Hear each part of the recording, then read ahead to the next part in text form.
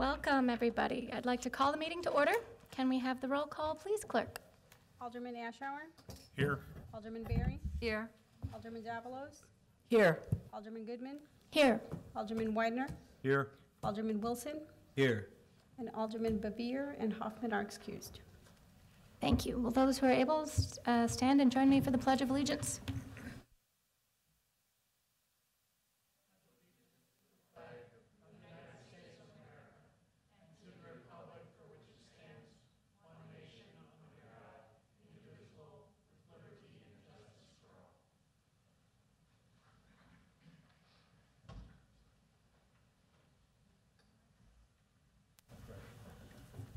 All right, now is the time that we set aside for citizens' comments, but I don't have any today. If anyone would like to comment on an item during the business of the meeting, please let us know at that time. Make yourself seen.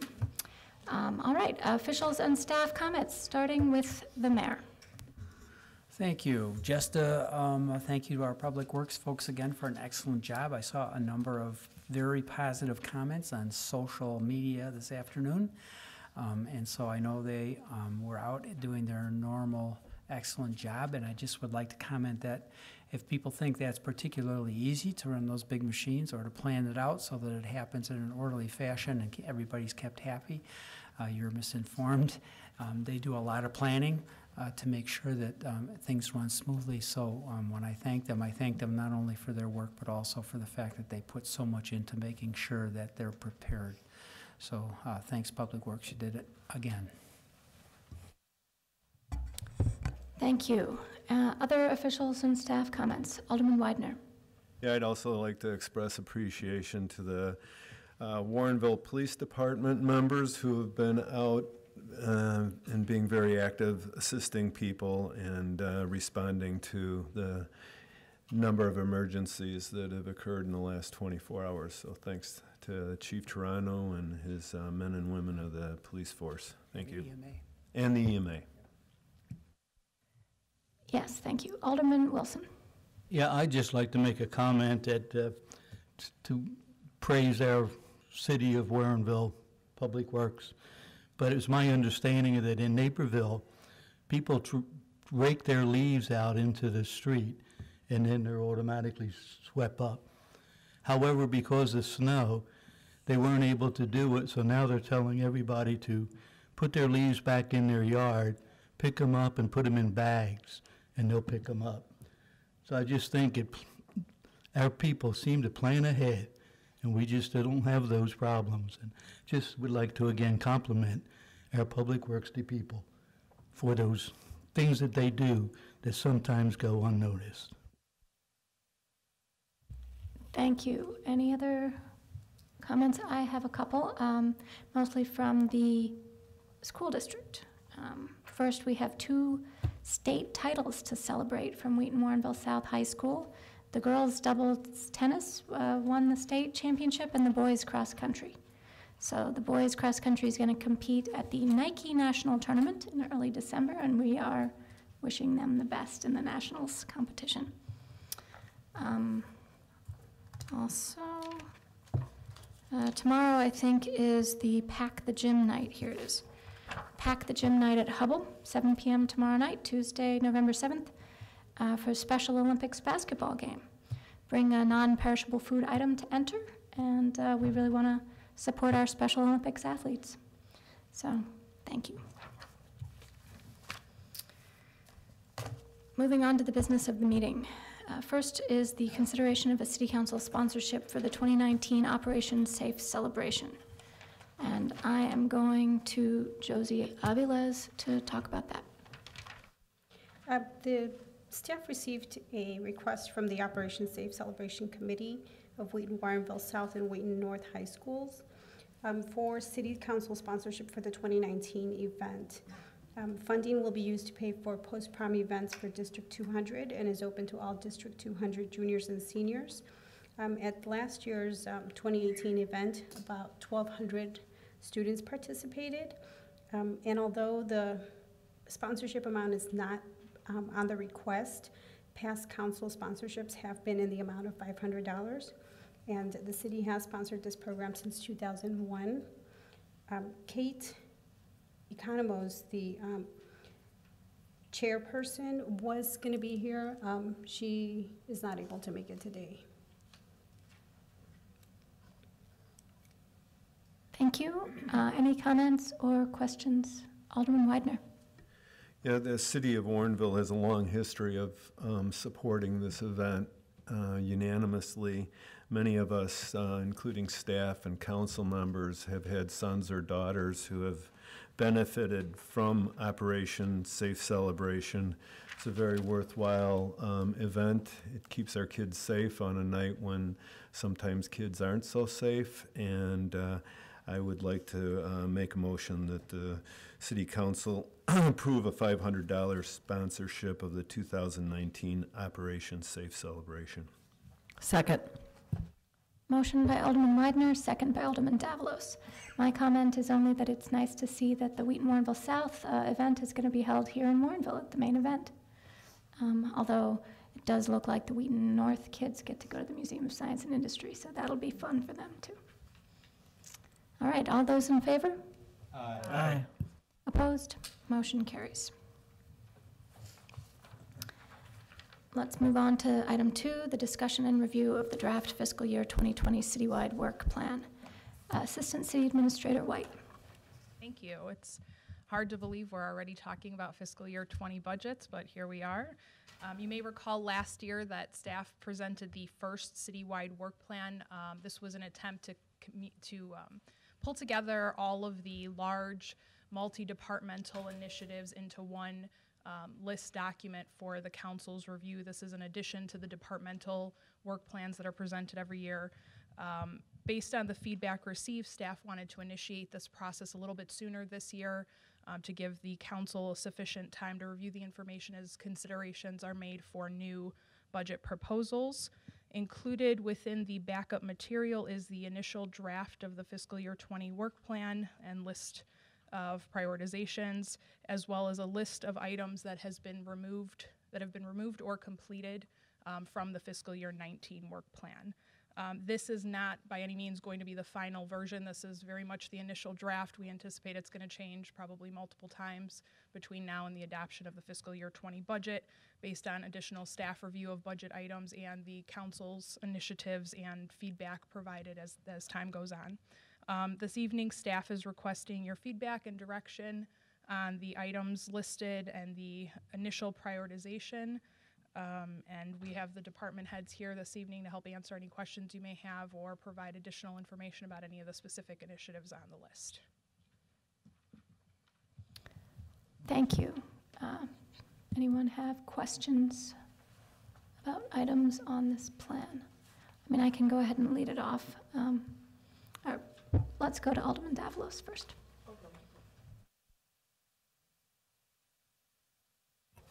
I just had a couple of clarifying questions. One is number 2. I thank you. I know this was a controversy last year, and obviously some discernment has been made to take a look at the website. So I think I'm happy to see that also. Number 3, the conduct of citywide service and staffing study. Later on in some of the individual plans, they talk about various staff positions that are going to be researched and studied and maybe hired for. So is this the umbrella piece that's above some of that new staffing? Yes, that's correct. So the anticipation is to do the citywide staffing and services study first before any additional positions are considered. So those items may have been moved to Tier 3 in order to have the study occur first. Okay, thank you.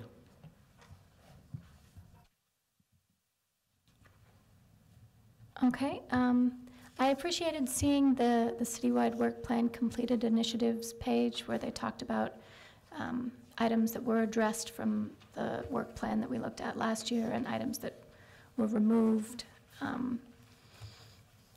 That's toward the back of this item. I would like to second what Alderman Davalos said, being really happy to see the city website redesign having been moved up to Tier 1 initiatives, and I know we had discussed that last year. I guess one question I have is why the rental registration program has been moved up to Tier 1, what the thinking behind that is.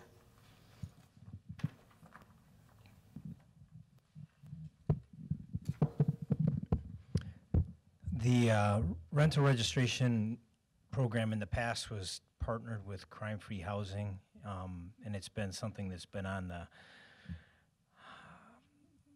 the burner, has gotten pushed back to the back burner. What we are envisioning is that with the addition of a large number of new rental units, that it would be an appropriate time to revisit that issue from a staff standpoint. We do think that we'll have the time and energy to review that potential program with the city council. It's not anticipated that we would be implementing a program next year, but rather evaluating the implementation or the design and implementation of a program, with the implementation actually occurring in the following year. Okay, so there is sufficient staff to work on this now, and you feel like there's more urgency than there has been in the past just because the number of properties involved is going to change? Well, yeah, I think it's a combination that we do have issues with rental properties, whether they're a multifamily or single family. That's something that has continued. I think some of the issues have subsided a little bit as the economy's gotten better and there's maybe a better rental pool out there. But with the addition of a large number of new rental units coming on, we do feel it would be appropriate to revisit this issue, and we do anticipate that we will have the staffing within the department to fully evaluate this program with the city council's input Okay. this coming fiscal year. Right, not fiscal year 19, which we're in now. Correct. So just to clarify for anybody watching at home, we're talking about fiscal year 2020, which begins in May of 2019. Yes, exactly. Okay. So you said that it had been in the past connected with crime-free housing, but that is not the plan for this item on the... I think what we're at least talking about internally is separating those, taking a couple bites at the apple would be, from at least initial discussions internally in the community development department, implementing just the registration program, getting the registration taking place, and then as phase one, and then that could be expanded into a mandatory crime-free housing program also that could be partnered with that program once we have the registration program up and running.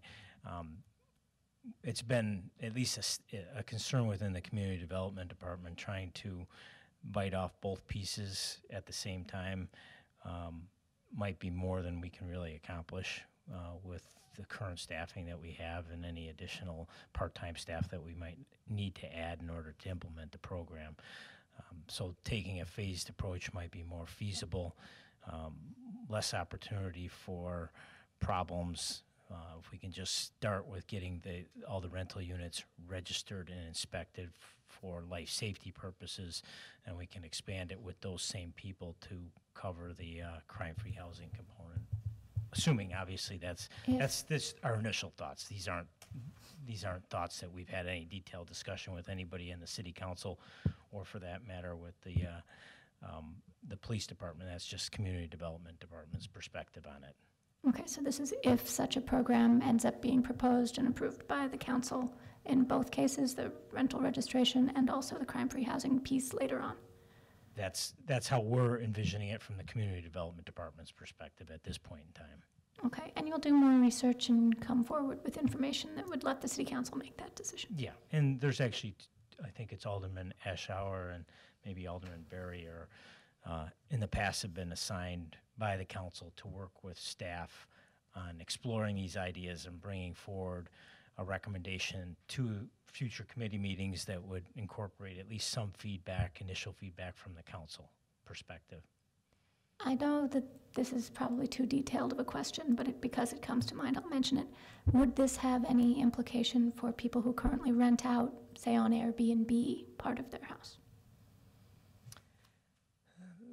That's a detailed question that we haven't really considered. But that's something that you'd be researching as part of it? Yes, that would be something that we would need to address, how Airbnb type rentals would fit into the program. Okay, All right, thank you. One other item that's new this year I wanted to ask about is the inventory valuation of all water sewer fixed assets. I wonder if you could talk about that a little more. As part of the annual audit, the management letter for a number of years has contained the recommendation that we have all of our water and sewer fund fixed assets inventoried. We don't currently have a set inventory of those. Unlike the CMRP, the fixed assets of the general fund, we do have a detailed inventory of all that, which is updated dated annually.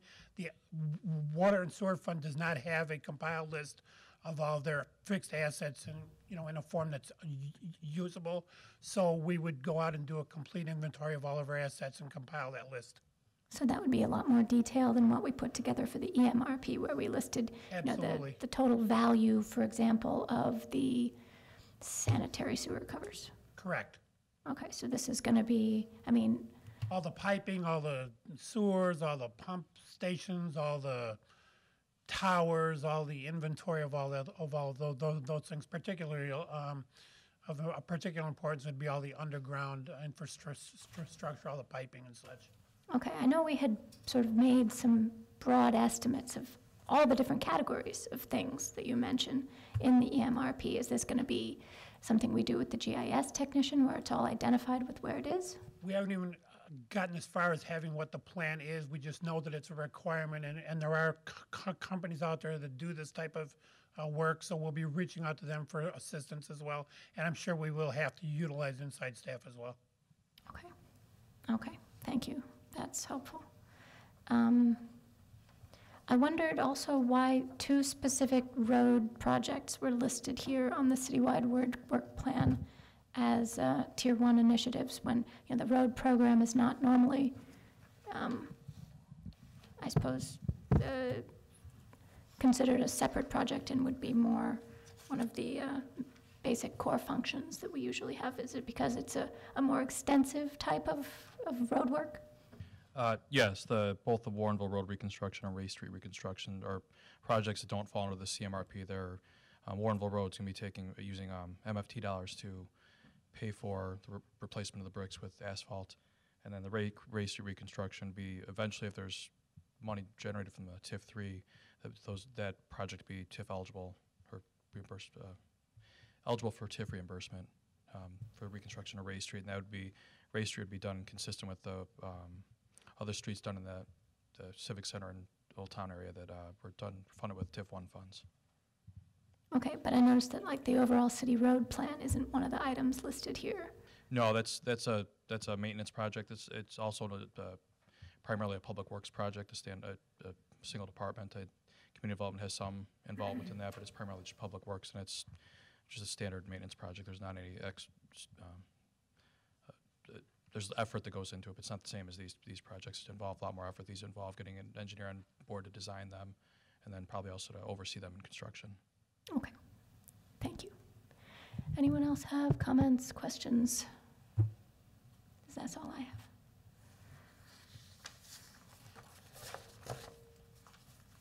Okay.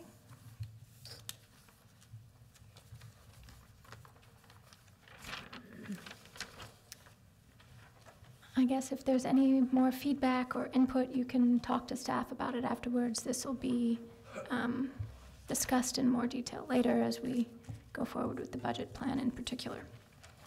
So there's no need for a motion. Item number 3, consideration of the elected official fiscal year 2020 budget consideration submissions. And I'll go straight to Alderman Widener. Thank you. I guess I'm the only one who submitted a budget request this year. This has to do with the City of Warrenville establishing a tree inventory and a health assessment. It's a new project at a cost not to exceed $30,000. It would be in partnership with the Morton Arboretum. They've offered staff and have been involved in designing templates to help different cities and villages facilitate a formal tree management program. for their urban forests. Last week, Alderman Davalos and I attended the Environmental Awareness Group's meeting, and they reviewed the program and gave it their full unanimous support and a motion, and to carry it forward. And I think it's reasonable, especially since the city has now adopted the term naturally as part of its logo and its theme, to pay more attention and attempt to better manage our forest tree canopy, which has been showing some decline according to the statistics I've been able to gather. But if we do start caring for this in the same way that we look at our CMRP and CERP, that we start looking at the trees as holding value and helping us with carbon storage, flood reduction, the value of trees on properties, and the aesthetics that it provides, I think it would be a very valued proposition, and one that would pay lots of dividends to the city as the trees grew and matured. There was a quick review of just the street trees alone in Warrenville, of which there's approximately 7,000. This, again, was a quick estimate that was done by a company. And evidently, you know, since the emerald ash borer moved through this region, they took out a lot of trees, and I'm not sure that they were replaced one for one. They assessed that there were probably 3,000 tree planting opportunities along city rights of way. And that doesn't include our parks or city properties, libraries, and other publicly owned properties. So many organizations are also planting more trees to address climate change, and I think that it's even that it's time for the city of Warrenville to take an active look at the management of its forest canopy. I know that there was a tree inventory that was conducted in 2012, and we're not sure how the new inventory would blend and glean from the inventory that was done 7 years ago. But the Arboretum folks are well aware of that inventory and can take the parts that would be applicable to the, apply it to the new inventory. And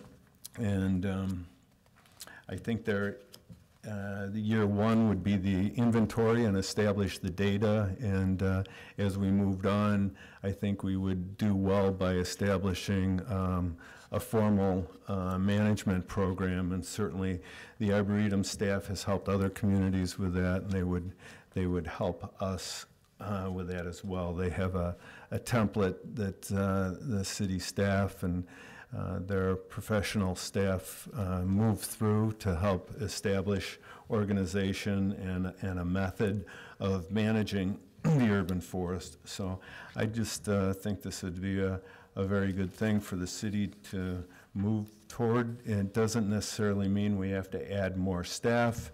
It may mean that we would, choose to hire consultants in the future to help us with some of these activities.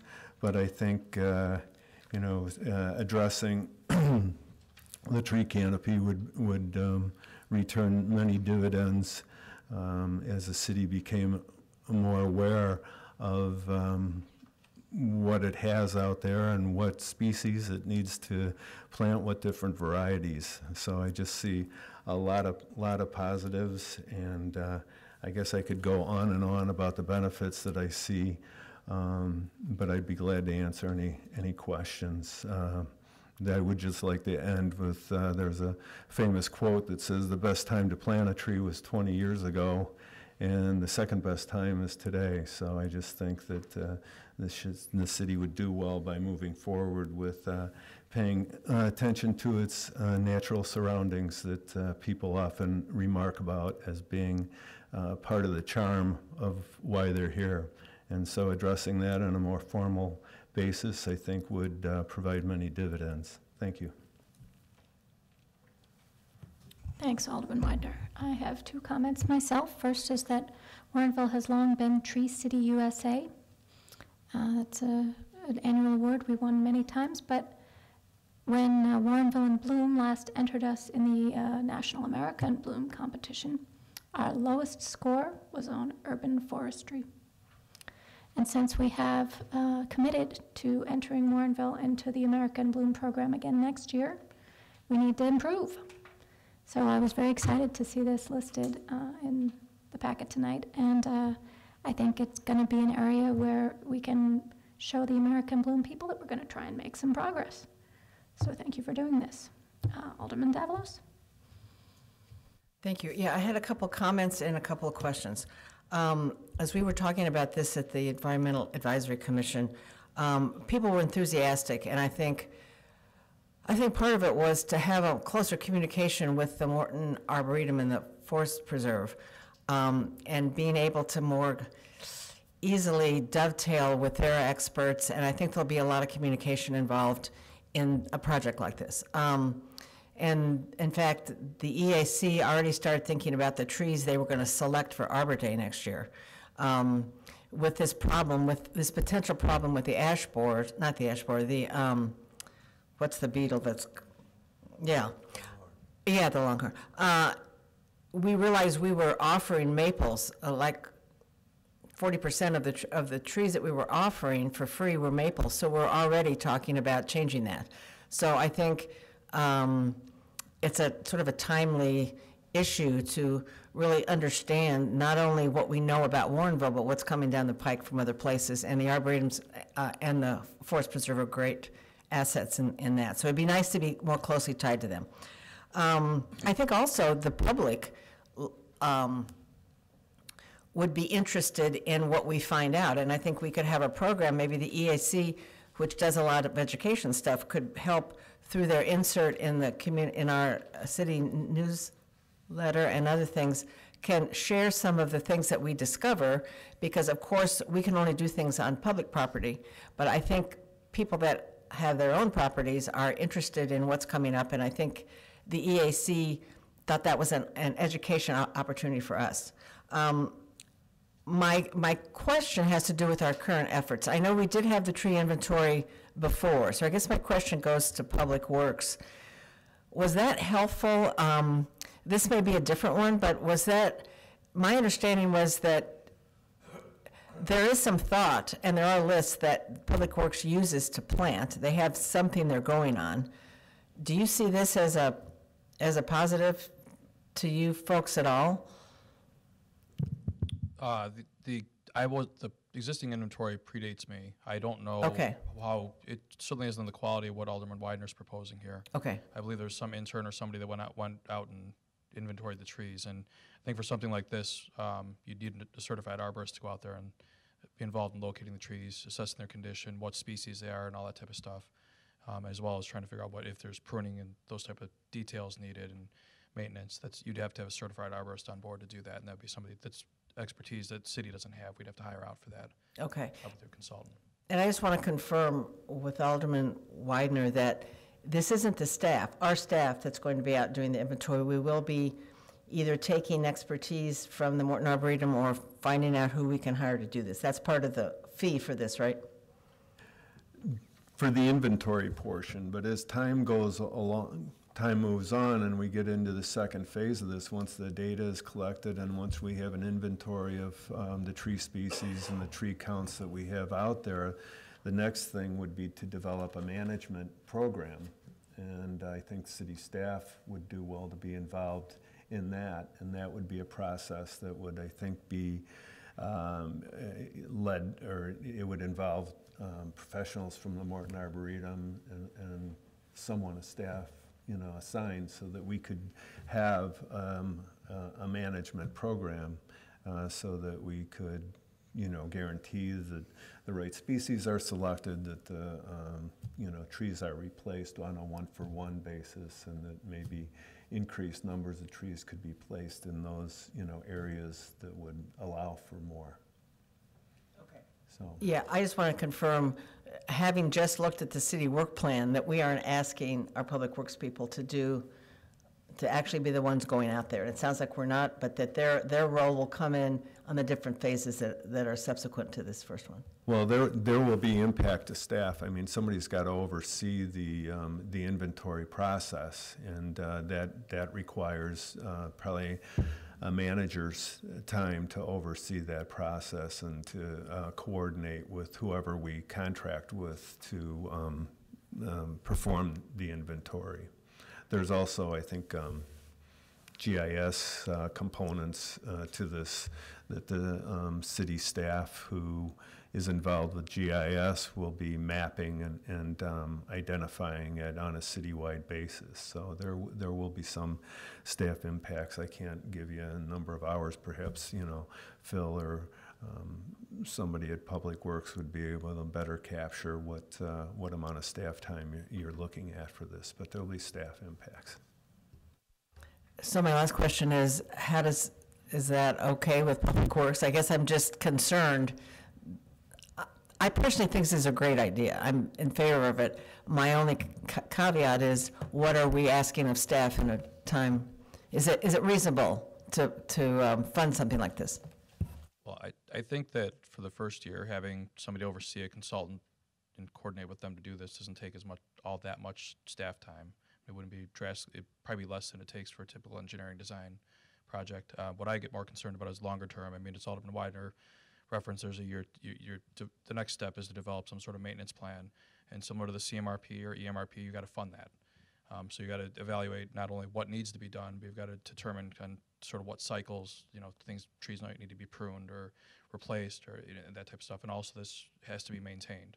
And it's not just maintained by staff. There's easy things staff can do. If we plant a 2-inch diameter maple tree in a parkway, that's easy enough we could GPS that location, put that information into the database. But as time goes on, you're going to have this inventory refreshed. If you want to keep evaluating the conditions of these trees, if more pruning is needed or some are in decline, and I don't know at this point, I don't know how often you do that. It wouldn't be as intensive the second and third time around when you go, because you'd have the data already in place and the trees located and all that type of stuff. But the information about each tree would have to be updated, and whether that's every 3 years, 5 years, I'm not sure what cycle you do that on. Somebody would have to go out and assess how much is the tree grown, what type of condition is it in, does it need more attention now? There'd have to be some evaluation then done on when we determine what level of maintenance we want, how much does that cost?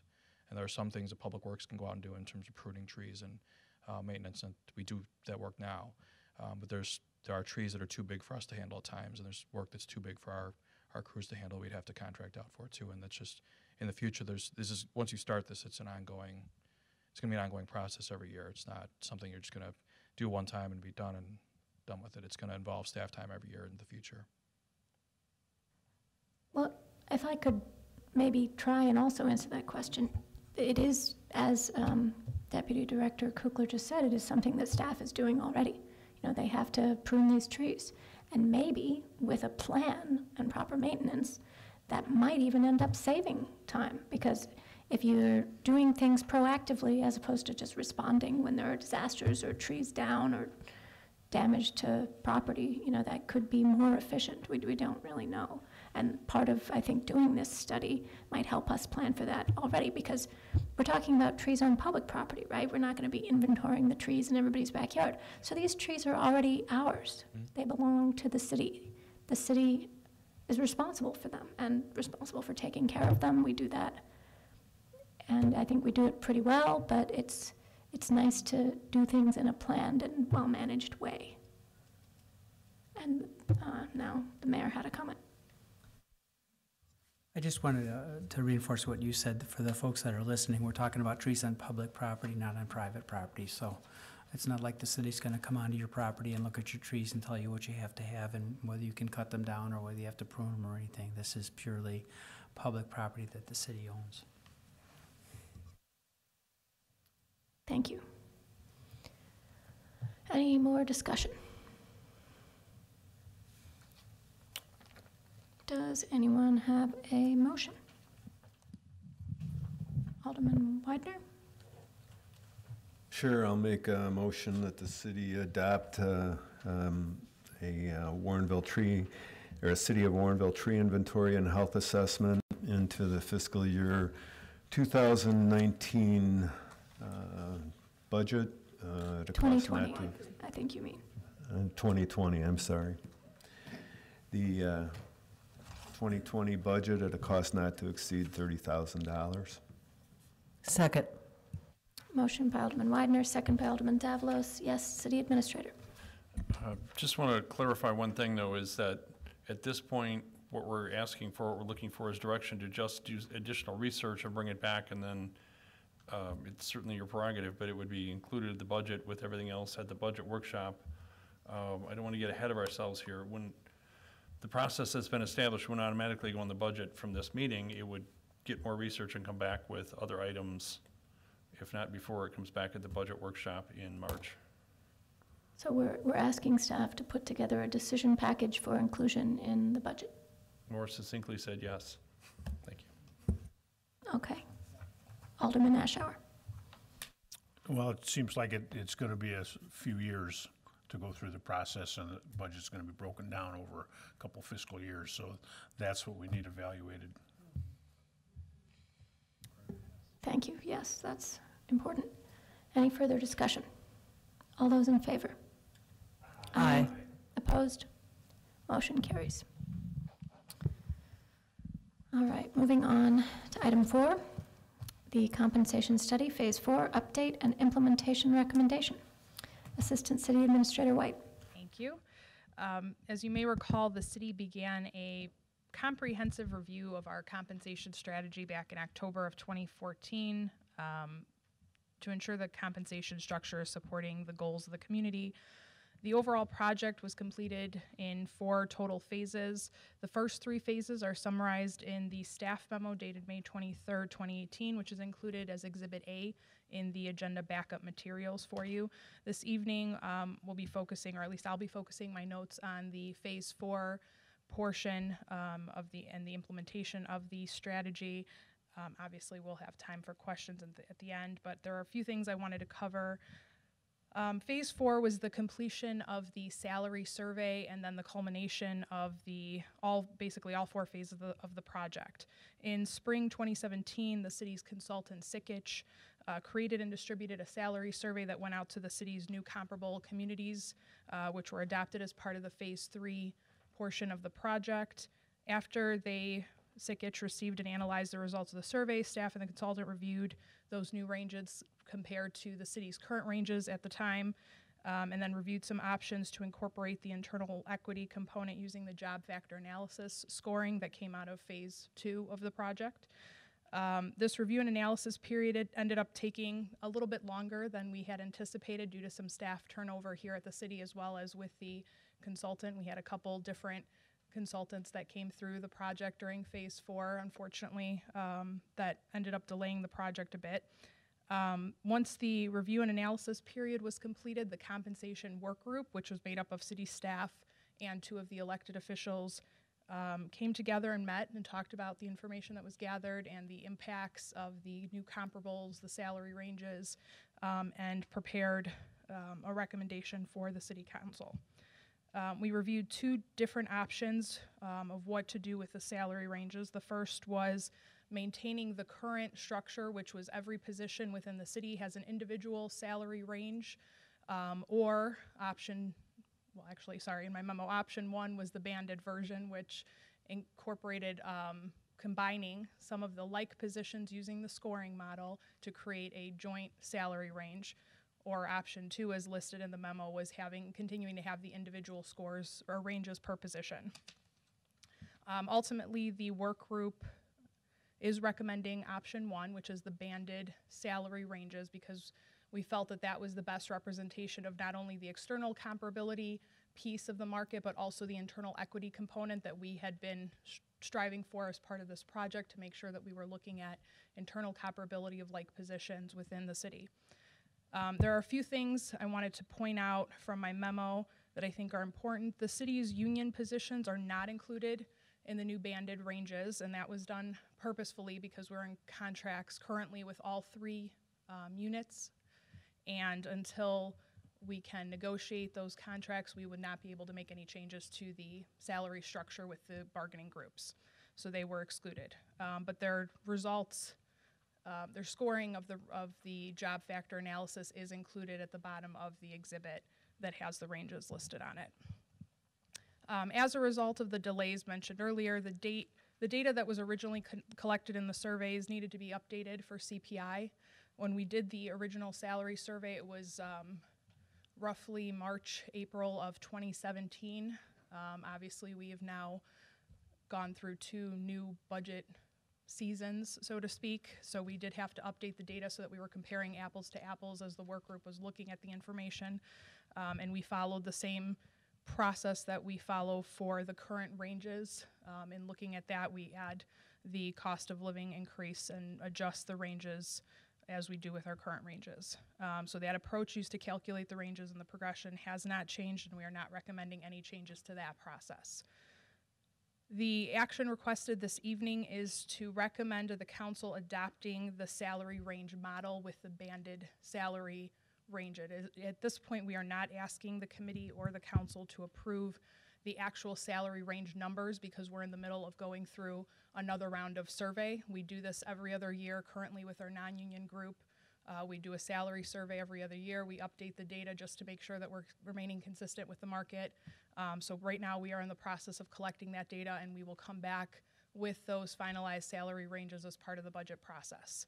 So right now we're just asking for the committee and the council to review and approve the structure of the ranges. And then due to the change in the list of comparables and therefore the salary data, there are some employees, 5, that will either be above or below the proposed salary ranges as the numbers currently sit. Again, that could change depending on the new salary data, but with the current numbers, they may be above or below the new proposed banded ranges. So part of the recommendation is to authorize City Administrator Coakley to come back at a future meeting as part of the budget process and make a recommendation for how those individuals may be impacted and how that will be addressed and resolved.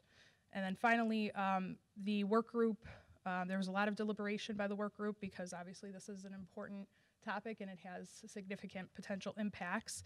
The work group felt very strongly that any changes made that we're implementing could potentially have an adverse impact. So part of the recommendation is also to authorize the work group to come together once a year to review the information, review the impacts of the changes made, just to make sure that we aren't having the opposite adverse impact of what we were intending, because ultimately the goal has been to be able to retain and hire qualified, quality employees for the city, and we don't want to impact that in a negative way by the changes that we're making. So the work group felt strongly that we should come together at least once a year over the next few years just to kind of review how these changes have impacted our ability to retain and hire qualified employees. And then the last final comment I'll make, and then can go into questions, is I just want to take a second to thank everyone that was involved with the work group. As I mentioned, there were several staff members from different departments, a couple of the elected officials, Alderman Berry and Alderman Bevere. This was a long 4-year process to get from phase 1 to the completion of phase 4, and it took a lot of time for and deliberation for the groups to come to these conclusions and make the recommendations that they made over each phase. So I just wanted to thank them for their efforts as well. And with that, I will answer questions. Thank you. Comments or questions or feedback from anybody who worked on this? I wanted to know how I'm supposed to think about this JFA score. Is it an absolute number? Are these just sort of indexes? Because I noticed that, some of them are very tightly clumped in the bands that you've picked. 475, 485, 495 seem very comparable.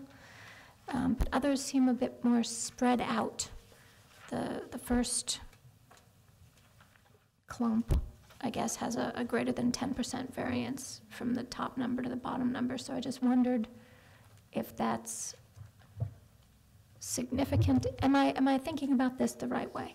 Yes, so the job factor scores, just to kind of recap a little bit, we had staff complete questionnaires as part of phase 2, and the questionnaires were aimed at effectively determining what education level, experience, knowledge, skills, responsibility level are required of each of the city positions. Then those different criteria were established, there were scores established, and then those scores were calculated to get to the JFA scores that you see here in Exhibit C. So as far as how we banded the positions, Finance Director Dahlstrand and I spent quite a bit of time going through, and we tried to initially band them by groupings, like you said, having a 20 to 30 or 40 point spread and just going about it that route. But we also had to take into consideration the actual salary ranges for each of those positions, and in order to blend like positions, it wasn't just the scoring that came into consideration, it was also where those salary ranges landed, because we didn't want to have salary ranges that were so far apart being blended together that would vastly skew the numbers. So those were the two components that we used to figure out how effectively how to band these positions together. Okay, because I know one of the brackets where we have people off is the bottom bracket, and I wondered if perhaps the explanation for the person being outside that range was because those three numbers were kind of further apart than some of the other bands that we've put together. But, I mean, not necessarily. There's a bit of variation in a couple of the others. I think 45 is an even bigger change, but then again, it's a smaller percentage. So we're asking the city administrator to present a solution to address impacts to employees that are outside their current range. There are 3 over and 2 under.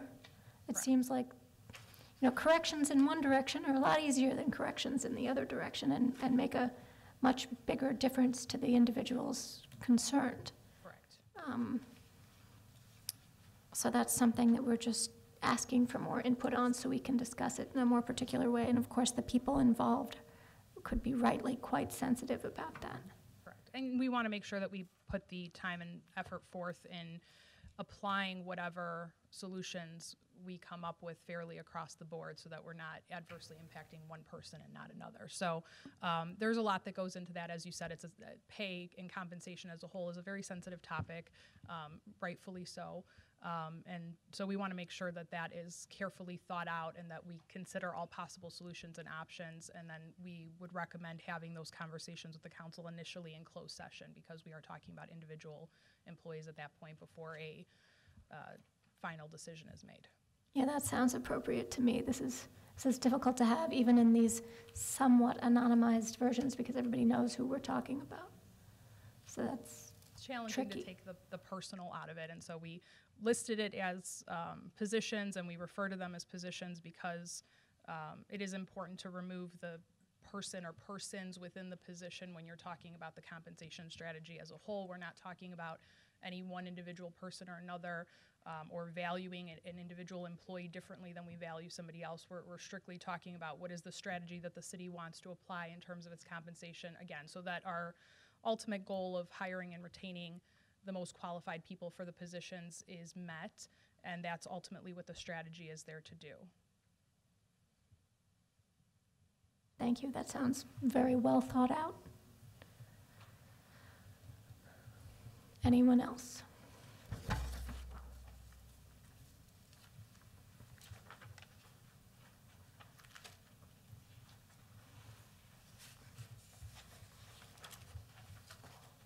Who wants to make the motion? Alderman Ashour. I'd like to make a motion to recommend the city council adopt the banded salary range model as shown in Exhibit C, with actual salary ranges adjusted with fiscal year 2020 salary data collected through a survey of 15 comparable communities to be presented in a final form as part of the fiscal year 2020 budget. Authorize the compensation work group to convene annually going forward as needed to review the impacts of the new comparables and compensation structure to ensure The compensation structure aligns with the city goals of attracting and retaining quality employees and direct the city administrator to present solutions to address the impacts of those employees that are outside of their new salary ranges as part of the fiscal year 2020 budget process. Second. Motion by Alderman Eschauer, second by Alderman Davalos. Any further discussion? All those in favor? Aye. Opposed? Motion carries. Thanks. Have a good evening. All right, item number 5 is the consideration of the city liability insurance renewal for 2019. Assistant City Administrator White. Thank you. The city's liability insurance package and workers' compensation policy expires at the end of each calendar year. Within the backup materials is some information from the city's consultant at AJ Gallagher, regarding the renewal and the steps that were taken to obtain the renewal quotes and the amount. This renewal includes all currently held liability policies and workers' compensation coverage for the 2019 calendar year. The insurance renewal came in, the liability portion of the renewal came in at 6.3% over last year's premium. The workers' compensation increase came in at 30%. That is a significant increase on our premium due to expensive work compensation claims. In reviewing the workers' compensation claim history with the city's consultant, there was not a specific pattern in types of injuries or even a significant increase in the number of total injuries. This came down to we've had 3 very expensive, significant injuries over the last 3 years, one in each year that has increased our premiums this year as a result. If and when that trend changes and goes back down, it will likely positively impact our future workers' compensation premium. But unfortunately, this year there is an impact, and it's a significant one.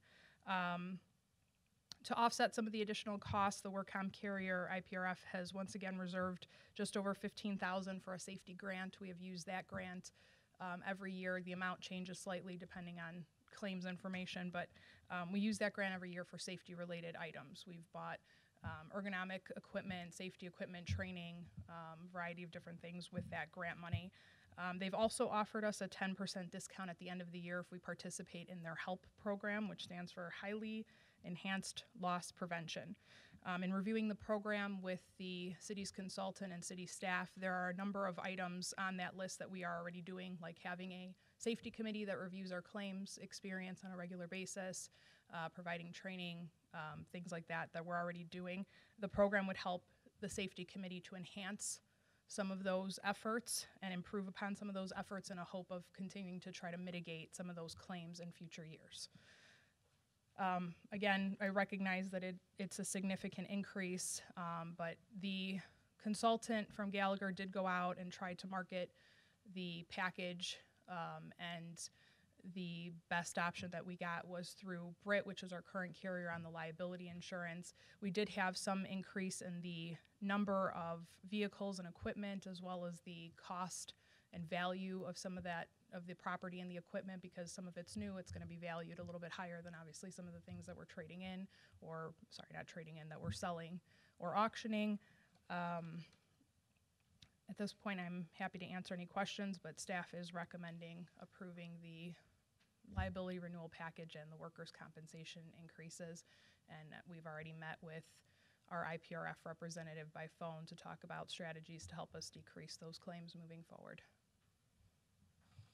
Okay, and I know that some of this starts to get very technical sounding. So to the people who are listening out there, when you're talking about preventing a loss, what you're really talking about is workplace safety. Correct. You know, helping our employees prevent injury.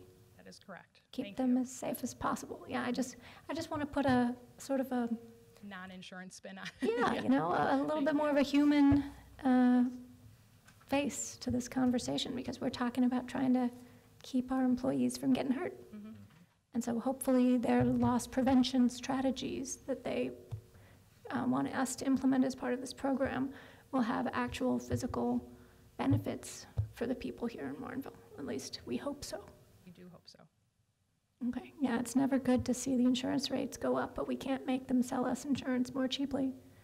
And these are the most competitive rates that the insurance broker was able to find. Correct. Okay. Any comments or questions? Alderman Ashour. Well, I appreciate the fact that the insurance company is willing to help mitigate part of the increase with the HELP program. So that cuts it, essentially cuts it in half. So it's a big deal. Is there any other questions, or I'll make a motion? I'd like to recommend the City Council accept a renewal quote for the city insurance coverages for calendar year 2019 from Arthur J. Gallagher and Company in the amount of $392,801. Second. Motion by Alderman Ashour, second by Alderman Davalos. Any further discussion? Seeing none, all those in favor? Aye. Opposed? Motion carries. All right, moving on to item number 6. Consideration of an ordinance prohibiting parking on a portion of Calumet Avenue during specific days and times. Chief Toronto. Thank you. In October of 2018, we received written communication from Mr. Jason Ebel, who is the owner of the Two Brothers Brewing Company on Calumet Avenue. There were concerns expressed over curbside congestion on Calumet Avenue that impeded their delivery trucks from backing into the loading docks. These vehicles are large semi-tractor trailers, and part of the problem was the damage caused to the easements of properties on the north side of Calumet. We studied this problem and went out and thought that the best solution would be if we posted no parking signs on the south side of Calumet, essentially in front of the brewery, which would restrict parking between restrict parking between the hours of 7 a.m. to 4 p.m. Monday through Friday. Weekends are not an issue at this point. We discussed this with the either tenants or owners of the surrounding businesses, and they did not have any problem with that type of restriction on the parking. Maybe to give you a little bit better idea, you can see in an aerial map that was provided along with the backup material, essentially that area in the red would be the area that would be prohibited parking between 7 a.m. and 4 p.m. Monday through Friday. It is 185 feet from the southeast corner of Calumet and Talbot to a point that would be 330 feet east of the corner of Calumet and Talbot. And the staff would be recommending that the committee approve this and recommend to the council to take this action in this particular instance. The total cost for this would be approximately $100 for the installation of the two no parking signs. And if there are any questions, I'll address those. Anyone have questions or discussion?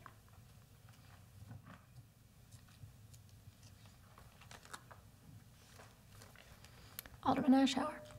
I'd like to recommend the City Council approve an ordinance amending City Code Title 5, Chapter 3, Section 6, parking prohibited at specific locations for a legal purpose of prohibiting parking on the south side of Calumet Avenue from the point 185 feet east of the southwest corner of Calumet Avenue and Talbot Avenue to a point 330 feet east of the same corner on weekdays between the hours of 7 o'clock a.m. and 4 o'clock p.m.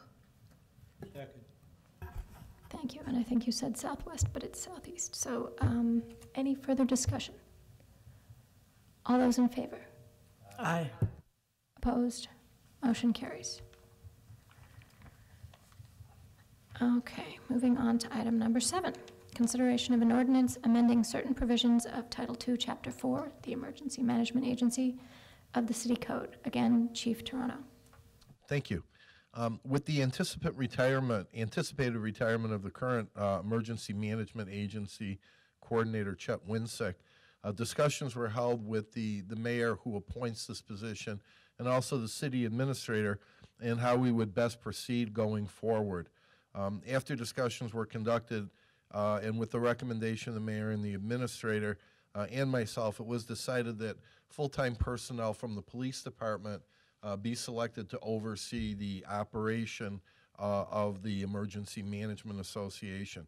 The reason for this is not to deter any of the volunteerism, because it is an all-volunteer agency, but rather to be able to better document and record training initiatives that have taken place, to recruit new applicants, which we've already looked at doing in certain venues. One of them is looking at our Explorer program as a viable pool of candidates. And the other would be to assist in budgetary items that the EMA may need for newer or replacement equipment. I think it's much easier when you have a full-time person that is essentially going to be the administrator and not acting in a field coordinator role, that we would be able to better protect the city's interests of liability protection, recruitment and training, and also the budget process. We have had Mike Pasiak so far in a transition meeting with Coordinator Winsek and also with the members of the EMA. Detective Pasiak's a full-time police officer with 15 years of experience. He currently serves as a detective with our department. He has a master's degree in organizational management and teaches courses at the college level. He's very well suited and interested in doing this. What you have in your backup material would be in the city code, the changes that were recommended indicating the strikeout areas and also the adopted areas, which are in boldface type. This was prepared by our city attorney. Staff would recommend to the committee that this be approved and sent to the council to approve Chapter 4, Title 2 of the Emergency Management Agency to include the updated language and additional language sections. And I'll answer any questions if there are. Yes, Treasurer Brenner. Is there still going to be an assistant coordinator? Yes, there's an assistant coordinator, and that person essentially is going to be running the field operations. So that position stays, and then the police detective becomes the coordinator / administrator? Well, it would be whoever the mayor would designate as the court coordinator. Oh, so there'll still be a coordinator? I'm not sure of the exact title that they're using in here. But So, in other words, Chet would be replaced, but then the overall operation would be overseen by the detective? Is that what it says here under the proposed ordinance 2.4.2, the recommended language by the attorney is the coordinator and assistant coordinator of EMA shall be appointed by the mayor with the advice of the chief of police and the consent of the city council, and shall serve until removed by same.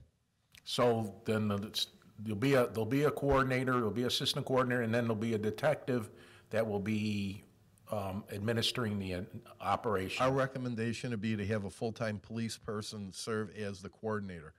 This person would act as an administrator, essentially, that would be responsible for documentation of the training, the recruitment of new personnel, looking for people to replace individuals that leave, and also to coordinate the budgetary process. So then the mayor is going to appoint a police officer if that's the way they want to do it. But is that right? That's already working. He has working. the authority to make the appointment. It's our recommendation that it would fall under the jurisdiction of the police department. And then the separate non-police person would be the assistant coordinator. That's correct. Thank you.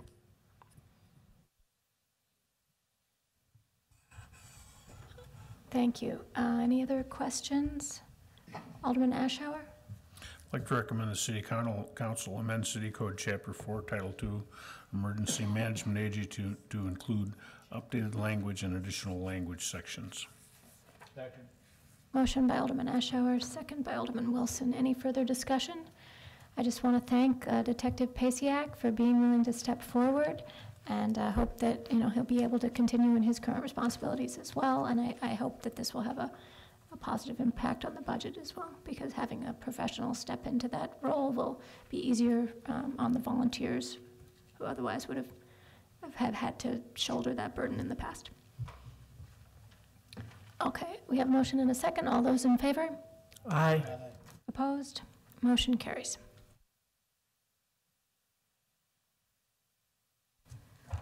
All right, item number 8. Consideration of the Police Department request to solicit and accept donations for the Special Olympics Illinois Law Enforcement Torch Run 2019 calendar year events. Chief Toronto. Thank you. It's been a long-standing tradition that the Warrenville Police Department participates in supporting Special Olympics, and we do this through a number of activities that we announce here in town. I report back in the weekly reports and also to the council various times during the year. In order to do this, though, we were requesting authorization from the City Council that would allow the staff to solicit and accept services, cash, and in-kind donations for the Special Olympics Illinois Law Enforcement Torch Run events taking place during the 2019 calendar year.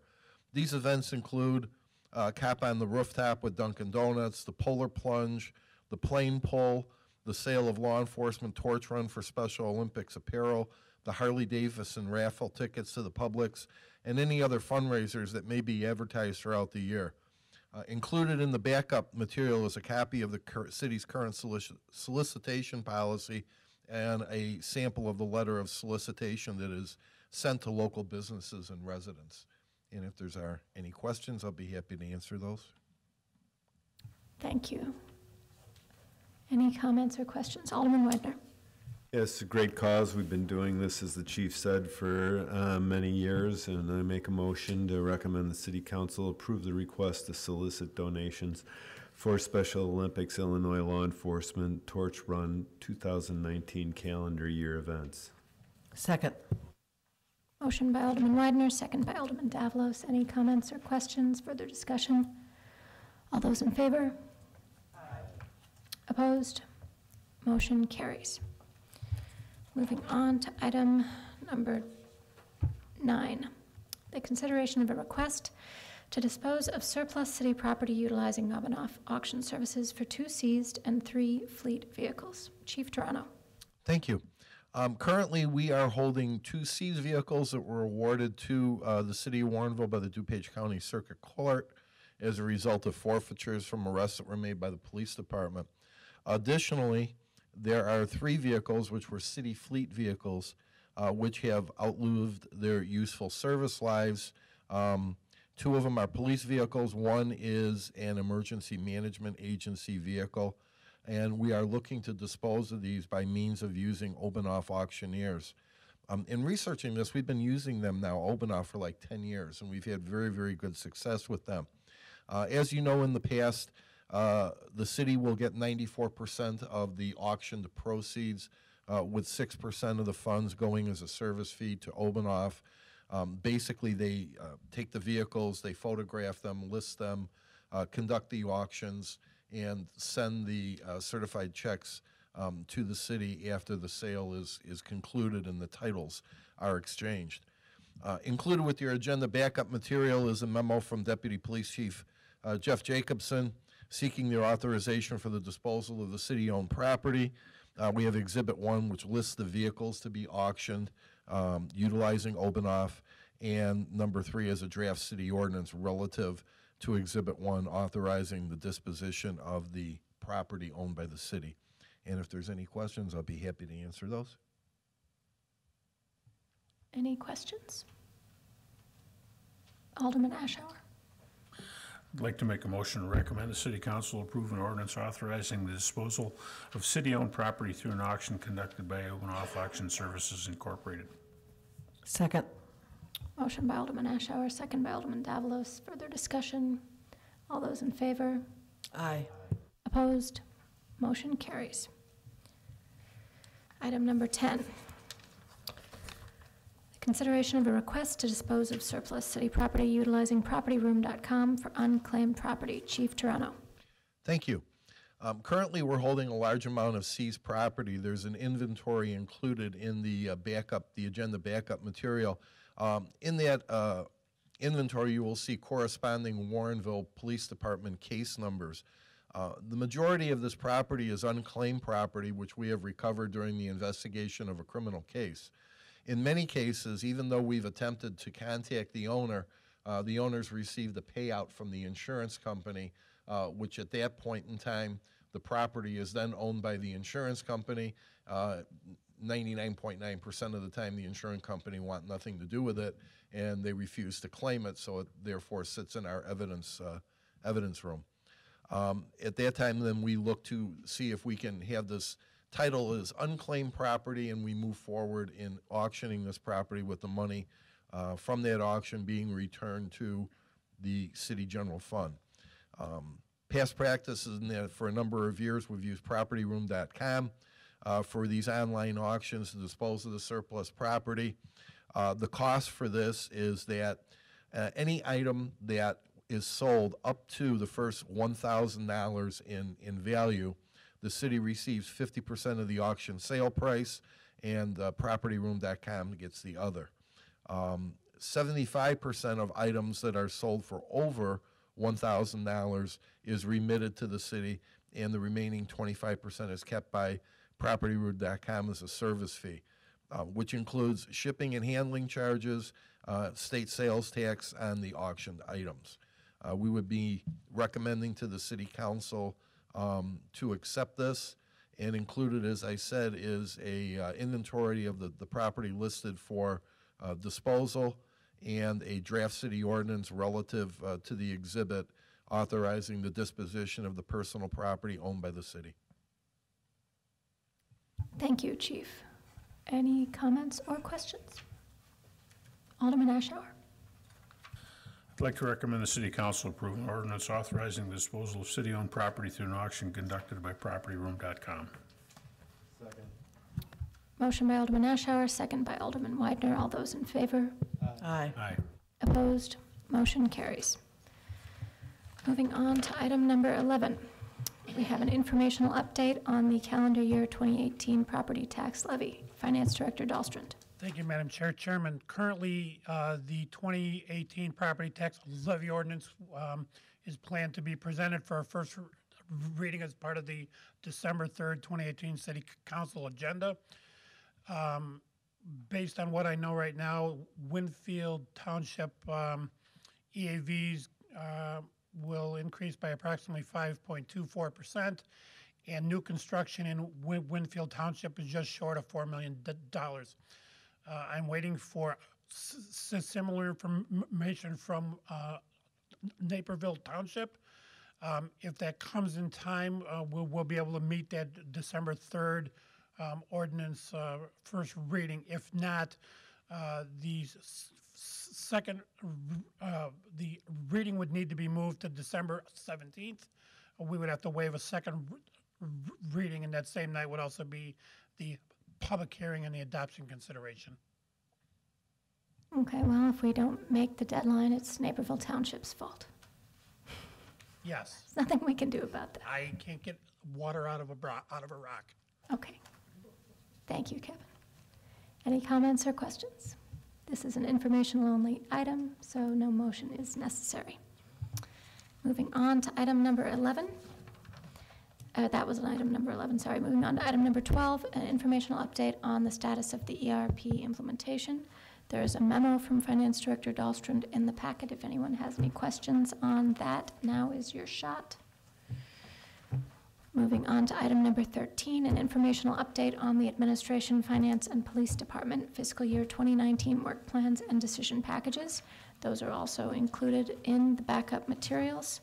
Does anyone have any comments or questions about that?